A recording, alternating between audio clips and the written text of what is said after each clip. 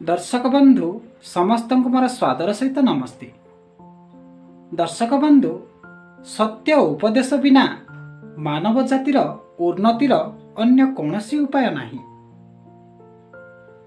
मनुष्य जदिबा जानिपारे सत्य कौन असत्य कौन, तथापि से निजर प्रयोजनर सिद्धि निमंते एवं अविद्यादि दोष कारणरू सत्य को परित्याग करी असत्य आड़ को ढली पड़ी थाए। तेबे आसंतु जानिबा दर्शक बंधु वास्तव में सत्य कौन।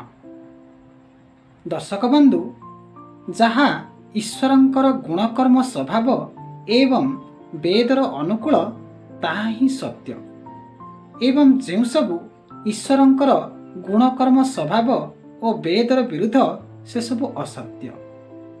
जहाँ जहाँ ईश्वरंकर नियम सृष्टिर अनुकूल ताहा ही सत्य, एवं जहाँ जहाँ ईश्वरंक सृष्टिकर्मर विरुद्ध से सबू असत्य।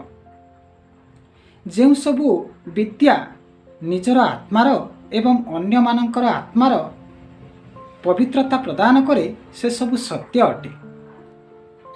जहाँ आप्त पुरुषंक तथा विद्वान निष्कपट धार्मिक सदाचारी सत्यवादी व्यक्तिंक आचरणर एवं उपदेशर अनुकूल से सबू सत्य अटे, एवं जो सबू विषय यार विरुद्ध से सबू असत्य अटे। तेबे दर्शक बंधु सत्य उपदेश बिना एवं सत्य आचरण बिना आत्मार कल्याण हो पारे नहीं। तेणु सत्य कठिन होइथिले मध्य वास्तव सुख शांति सत्य भितर ही निहित।